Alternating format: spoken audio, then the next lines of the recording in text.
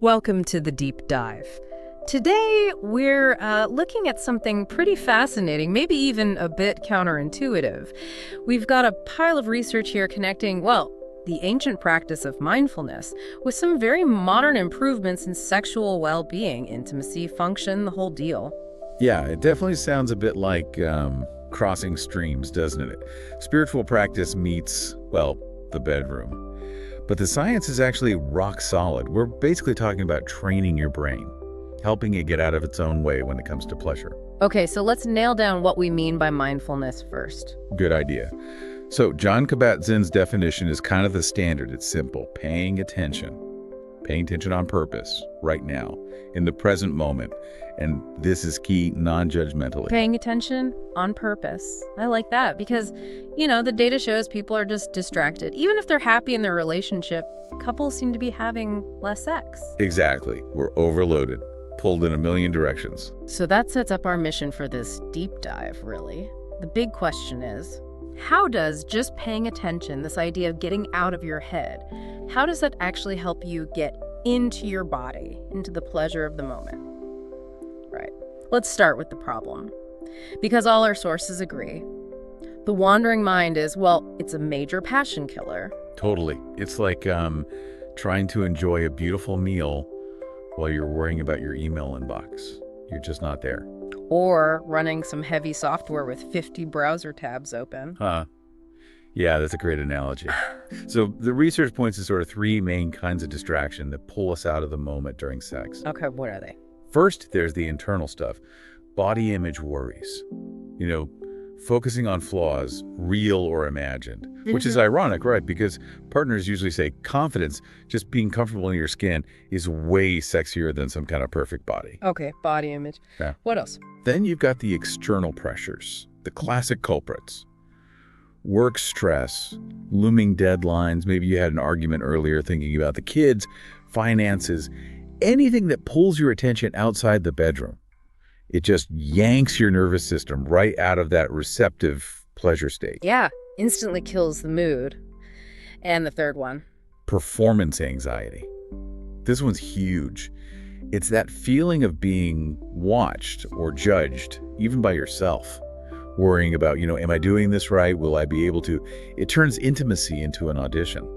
That makes sense. But hang on a second. If it's mostly stress and distraction, why mindfulness specifically? Why not just, have a glass of wine or try some deep breathing? That's a really important question. Yeah. Because relaxation techniques can help. Sure, a glass of wine might lower inhibitions, make you feel a bit looser, but they don't tackle the core cognitive habit. The problem is that critical inner voice, that mental observation deck. Clinicians actually have a term for it: spectatoring. Spectator. Yeah. It's when you mentally step outside yourself during sex and start, watching and critiquing your movements, your body's responses, your partner's responses. A drink might make you less tense, but it doesn't necessarily stop that spectator role. You're still analyzing instead of feeling. Mindfulness trains you to notice that analyzing and gently redirect your attention back to sensation. Okay. So spectatoring is like being a judge at your own event. And that's probably fueled by all those unrealistic expectations we absorb, right? Absolutely. The culture feeds us these scripts, like the pressure for simultaneous orgasm every time, or this idea that every single encounter has to be mind-blowing, perfect sex. Yeah, or constantly needing to approve of how your body looks or performs. Exactly. The sources really emphasize this. Our bodies aren't, perfect sexual machines like you might see in pornography or filtered media. We set ourselves up for disappointment when we demand perfect results instead of just being open to the shared experience, whatever it brings. Okay, so if the problem is that wandering, judging mind, mindfulness offers a fundamental shift. It's about strengthening what you could call the muscle of attention. Like weight training for your focus. Kind of, yeah. It's training the mind to land and stay in the here and now more often, not constantly jumping ahead into worry or back into regret.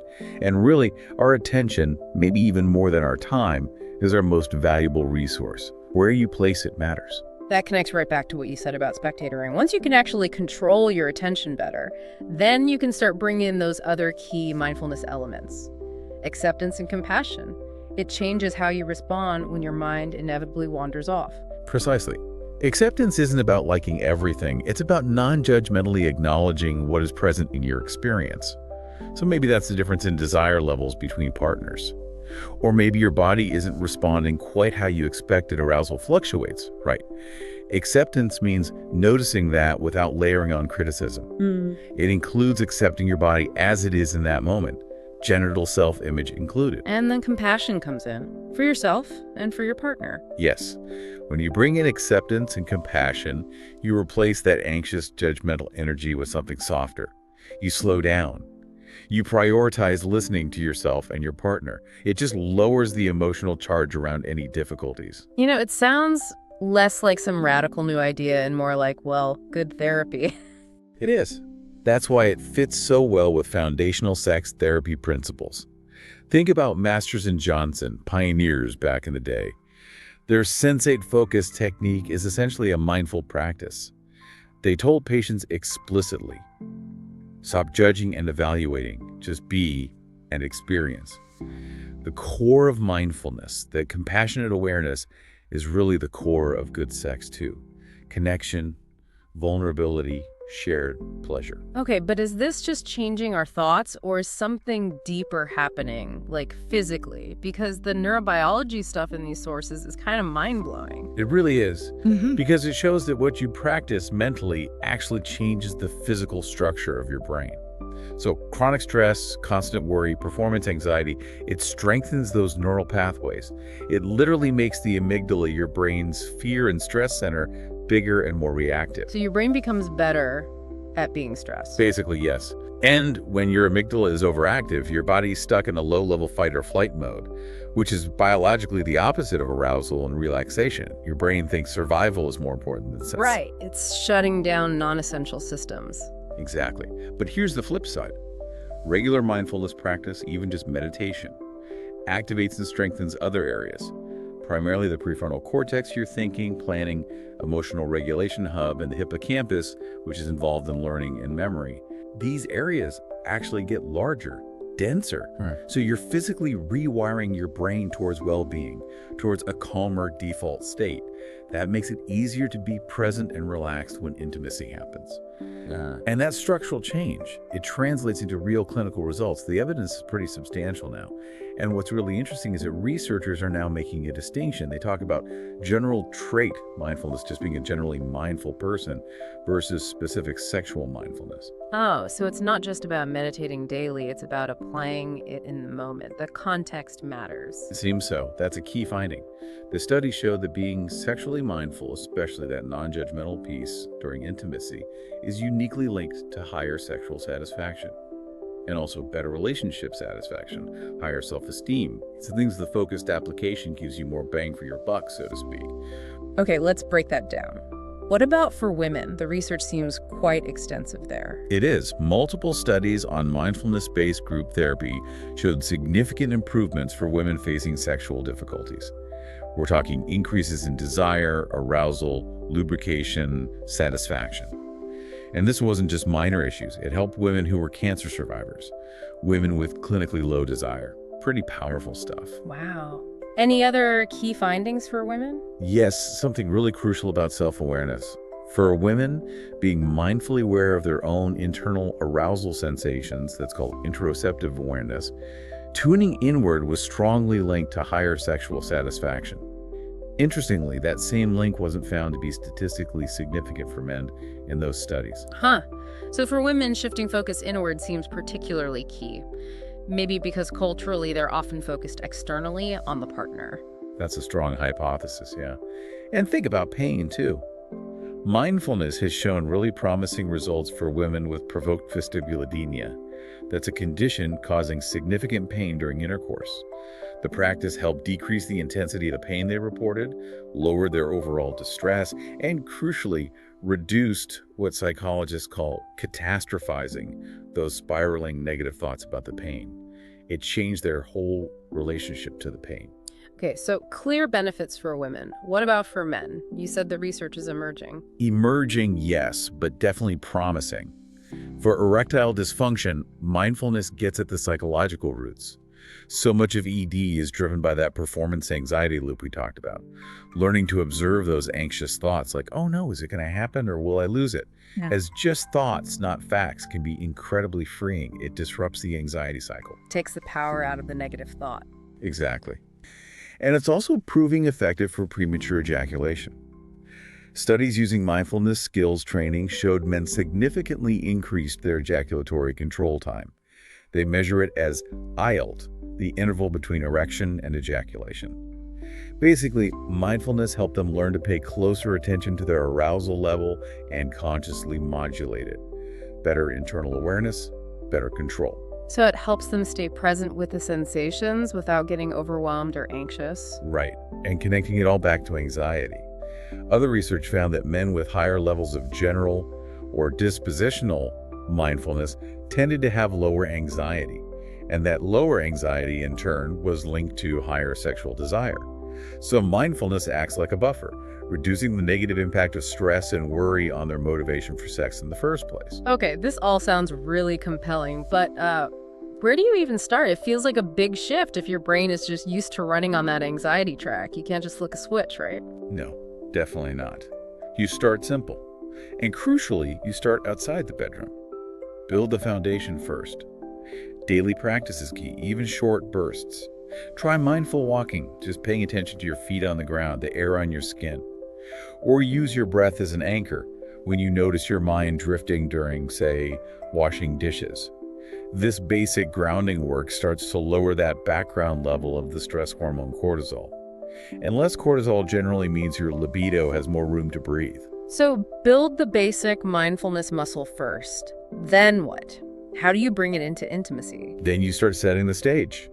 Think about the environment. Minimize distractions seriously, phones out of the room, maybe even off. Turn off the TV. And timing matters. Try not to initiate intimacy when you're both rushing or fresh off a stressful workday. Allow some time to actually wind down together, connect beforehand. Give intimacy a clear runway, as you put it earlier. Right, create the space. Then during the encounter itself. Anchor through your senses, intentionally. Don't just let sensations wash over you vaguely. Pay attention. What does your partner's skin actually feel like? The texture, the warmth. What sounds are present breathing? Sighs. What do you see? The light, their expression, their scent, taste. Actively engaging all five senses pulls you right into the present moment. It deepens the absorption, makes the experience richer. Okay, that makes sense. The sources also mention more structured techniques, like from therapy. Something about stop-start combined with mindfulness. Yes, that's a powerful technique, often used for arousal regulation, like with PE, but useful more broadly. It often starts with solo exploration, actually. You set aside time to consciously explore touch and arousal, and you mentally scale your arousal level, say 0 to 100. The goal is to notice. At what point does your mind tend to check out? When does the spectatoring kick in? Maybe it's around a 70 or 80 out of 100. Finding your eject button point. Kinda, yeah. And then you practice. You deliberately bring your arousal up toward that point, maybe past it, and then consciously change the type or speed of touch to bring the arousal down again, then back up. You're practicing moving up and down the scale with intention. The goal isn't orgasm right away. It's learning confident control and awareness of your own responses. What touch ramps you up? What touch brings you down gently? It's foundational training in self-awareness and regulation. That sounds really practical. Building conscious control. Now, one really important point before we wrap up, the sources are clear about this, is the consideration for trauma survivors. Absolutely critical. While mindfulness can be incredibly healing for sexuality after trauma, the process needs care. For someone with a history of trauma, suddenly increasing focus on the body can sometimes be overwhelming or even destabilizing, at least initially. It might bring up difficult sensations or memories. So it's essential to approach these body awareness practices using a trauma-sensitive mindfulness approach. Ideally, this means working with a therapist who understands both trauma and mindfulness. Safety first, always. So gentle, guided, and potentially professional support is key there. Exactly. The non-judgmental acceptance part is still the goal, but how you get there needs to be tailored and safe. Okay, so we've taken this deep dive, and the takeaway seems pretty clear. Mindfulness isn't just some vague wellness concept, it's a practical tool. It seems to fundamentally shift sex from being this, I don't know, goal-oriented performance into more of a shared process, Hmm. a way to be truly present with yourself and your partner, learning to savor it. Beautifully put. It shifts from checklist to connection. And maybe the final thought to leave people with connects back to that brain science we touched on. We know now that regular practice physically changes your brain, shrinking the stress center, the amygdala, growing the areas for well-being and regulation. So the thing is, we're always training our brains every day with every thought we repeat, every reaction we have, whether we realize it or not. So the question becomes, what neural pathways are you choosing to strengthen today? Are you practicing worry or are you practicing presence? Maybe consider integrating just a short mindful practice, even 5 or 10 minutes into your day. Because the work you do strengthening that attention muscle outside the bedroom, it really can pay off spectacularly inside it.